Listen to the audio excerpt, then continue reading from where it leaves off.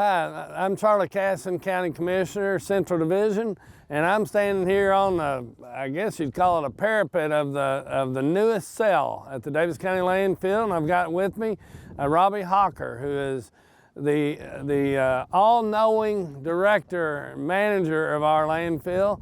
And if you are like me, before I became a county commissioner, literally, I didn't give much thought about landfills. When I took my trash to the toter and I sat it by the curb, that was about the last I gave my trash a thought. But as the incoming county judge executive, I can assure you this will be on my mind just about every day, because it's a huge, huge operation we have here, and it follows all the environmental rules that are required by the feds and by the state. And we've got the man to do the job, and he's going to take a few minutes to educate you on what we do out here. Yeah, we've grown quite a bit. When I was here, I started in July 29th of '96. So I've been here going on 27 years, I will be. And when I came here, they had already started the first cell over here, and ended up they had a lot of problems, new getting started with the state and all that. But once they got that done, and then we switched to using shale instead of clay, and it's just been a learning process, you know, and dealing with inspectors and the state, and just getting along with them, you know. And it's been good. I've enjoyed it, and it's just hard to believe that it's about to come to an end, you know. But because I've enjoyed it, I've learned, you know, over the years, I've just learned so much, you know. Of course, you have to go to the state, you have to be tested, and, you know, you have to get your manager's license and all. But from that point on, then we started looking around, and we were getting a lot of sludge from RWRA, and it was really causing us a problem up in the trash. There was too much sludge and not enough garbage, and it just got real soupy and bad. So we came up with the idea of doing a land farming. We had seen this once before in another county, and so back behind us is, we've got 170 acres over there that we take, and we bring the sludge that comes from RWA, and we put it on a drying bed over here, and that's where we can let it lay there for at least 3 months in the sun and the wind and all. It dries it out, and it kills the pathogens, the sun and all.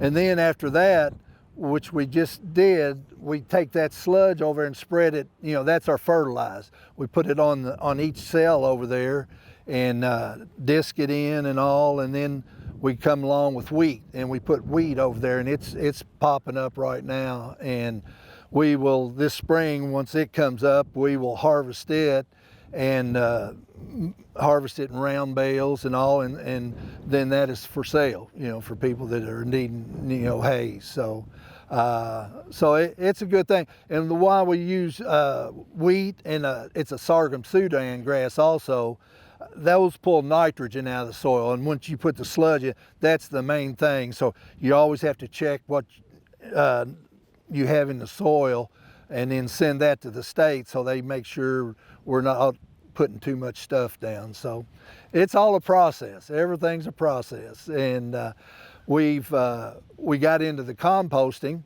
back over this area, and a lot of you are familiar with that. We've been doing it for several years, and we take some of the sludge that goes over there and the leaves from the city and anywhere we can get them, and we make compost. We cook it, we put them in rows, cook it, and once that's done, we take it and screen it, and then it's ready for sale for the public. And they have really endorsed us, and they really like it. We have trouble keeping enough here for everybody.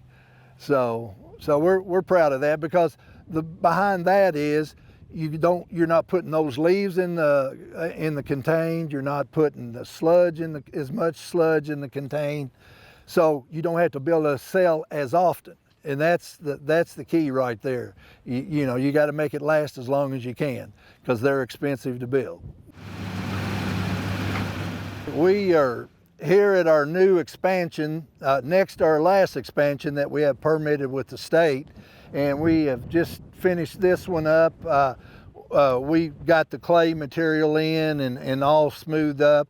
Then we called the liner people in, which they got the bid, and they were the lowest bid, and they were out of New Jersey, and they did an excellent job. They brought 2 crews in here, and really, and the weather agreed with us. You know, it was dry, and they really got to get this done in record time. I was surprised, because all these you see here under this felt is 60 mil liner, and they roll that out, and then they have to weld it together. They call it a mouse, and they weld everything, and then we have to do testing to make sure there's no leaks in the liner, you know, because that's what you don't want. We're keeping everything from bothering the environment, you know, not to get in the groundwater. That is the most important thing. So it's a contained landfill. It's a safe landfill that we have to abide by the regulations, and